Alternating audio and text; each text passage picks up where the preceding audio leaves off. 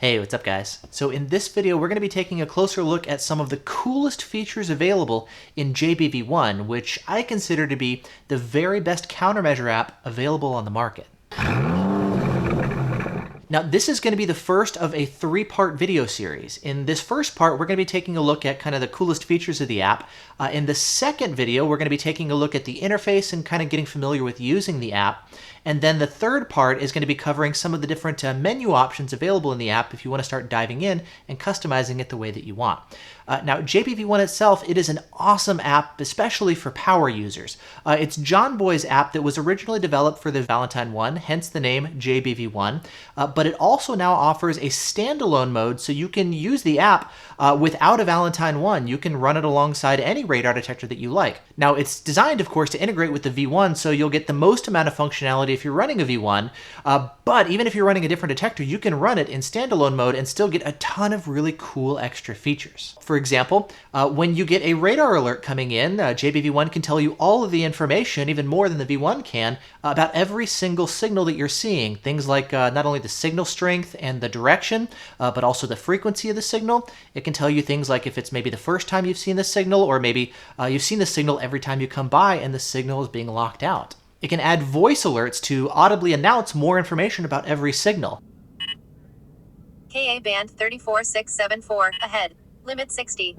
It can give you low-speed muting to help keep the detector quiet around town, and it can also add automatic GPS lockouts. So as you drive around, JBV1 will keep track of all the signals that you're seeing and automatically begin storing and learning all of the stationary false alerts from door openers, speed signs, etc. You can have the V1's display turned on if you want. You can have it running in dark mode or even an auto dark mode to where the display is normally turned off so maybe other people around you can't see your screen. And then if you're driving around in a shopping center and it's a locked out signal or something, it'll still keep the display off for you so that the signals is not just bouncing around with tons of arrows and blinky lights and stuff, just to help keep the display calm. But if you're getting a legitimate alert, whether it's like a KA alert or a new K-band signal that you haven't seen before, then the V1 will light up. So it helps to kind of keep the display a little more visually chilled out for you.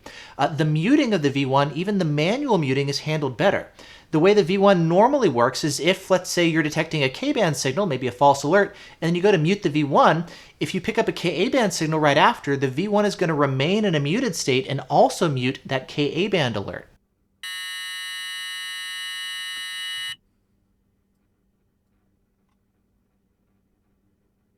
With JBV1, it's going to be a little bit different. If you first see that K-band alert and then you go to manually mute the detector, if the V1 then sees a Ka-band alert right after, JBV1 will force the V1 to unmute so that you can hear that Ka-band alert that's now also coming through.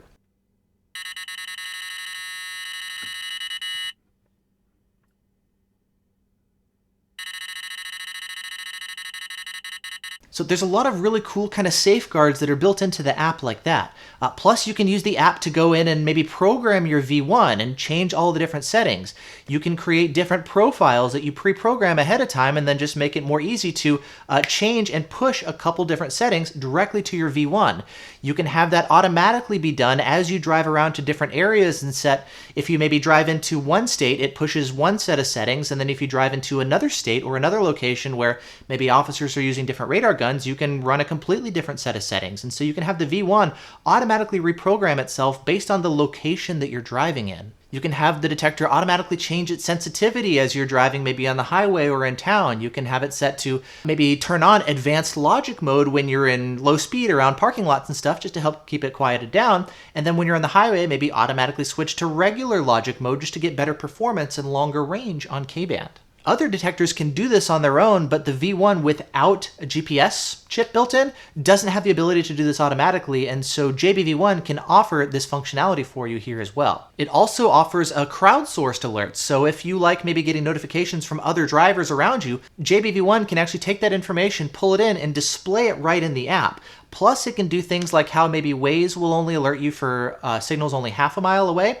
JBV1 can alert you to signals a mile away or farther, so you can actually get longer distance alerts, especially maybe getting alerted before you're getting close to the officer. That's really handy. You can also get historical information of all the different crowdsourced alerts and see where police are commonly set up for speed traps, and those will be shown as kind of color-coded heat maps on screen. You can even have your own alerts being logged over time automatically, whether it's radar alerts, laser alerts, anything like that, and those can also be added to the map as additional color-coded heat maps just to give you more information about maybe where officers not only were marked by other drivers recently, but also where they historically like to camp out and set up as speed traps. That's really useful too. You can have it notify you to when police officers are running aircraft enforcement overhead with airplanes or helicopters in real time. And this is especially helpful because when they're doing aircraft enforcement, you're not going to get any alert otherwise from your radar detector or from your laser jammer. You can have weather information being displayed on screen to let you know if you're maybe about to drive into a storm or when you're about to exit the rain. You can have the speed limit information displayed directly on screen right next to your speed to make it easier to tell if you're speeding or not. Plus, you can optionally have that information be used for low speed muting if you want the detector to maybe stay extra quiet when you're traveling below the speed limit, for example. JBV1 can be set up to automatically start with your car and then stop when you finish driving as well, so you don't have to mess with it and start it every time you start driving.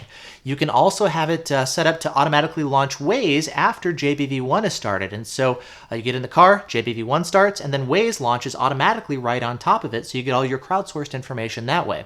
Then let's say you get an alert coming in from JBV1, whether it's a radar alert or aircraft enforcement or something. Those alerts can actually pop up as an overlay on screen on top of Waze so that you can nicely be running both apps at the same time. Speaking of running both apps at the same time, if you prefer, you can have it set up to run both apps on a side-by-side split screen display instead. Or if you're the type of person who doesn't necessarily need all the stuff being presented visually, you can just run with the phone in your pocket and it can audibly announce crowdsourced information, aircraft ahead, radar, all that kind of stuff can be done with the phone running in your pocket or sitting in the seat with everything kind of backgrounded like that. KA band 34674, behind. If you're running a TMG laser jammer, you can have JBV1 integrate with the TMG as well, so your phone becomes kind of the central hub for both your radar detector and your laser jammer. And then, as I mentioned at the beginning of the video, a lot of this functionality is available even if you don't have a Valentine 1. It can integrate, of course, with your TMG, like I mentioned, if you have that, but even if you don't have that, you can still get things like your crowdsourced alerts being pulled in from other drivers. You can get all of the mapping information displayed on screen. You can get the weather information, the aircraft information. Those features do require an internet connection for your phone, whether it's your main phone or it's being tethered off of another phone or you have a Wi-Fi hotspot in your car. But even if you're not running a V1, if you can get an internet connection to your Android, you can get a bunch of extra really cool features as well. And so, yeah, this is an amazing app, obviously for V1 users, but also for people who don't run a Valentine 1. And so for that reason, I want to go ahead and do 2 more videos about the app. The next video, in part 2, we're going to go ahead and start playing with the app and getting familiar with the interface, the display, and what it's like actually using the app. And then for part 3 of this series, we're going to go into some of the different settings and menu options, and there's a ton of them. That way you can get a little bit more up to speed with actually customizing the app the way that you want. So with that said, go ahead and click this video right here to go into the interface video, and then click this button right there to start learning more about the different menu options available in JBV1.